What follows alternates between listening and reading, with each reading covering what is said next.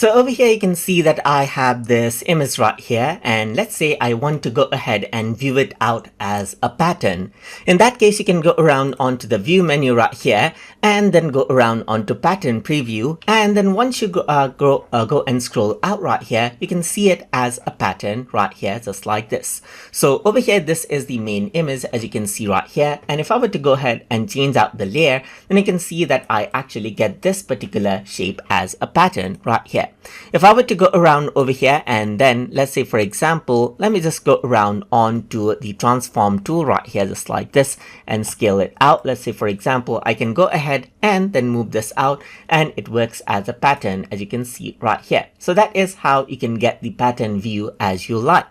Apart from that, let me just go around and disable the pattern view so that you get the default view again, just like this as well. So that is what you have.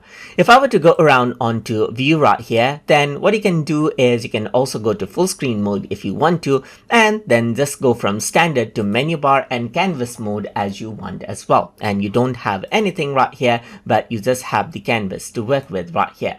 You can get that back again by going around over here onto view right here, and then go around onto standard, and this is what you have as well.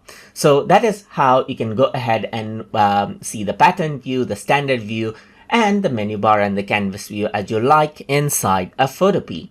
So hope you guys learned something as always, and as always, please like, comment, share, and subscribe.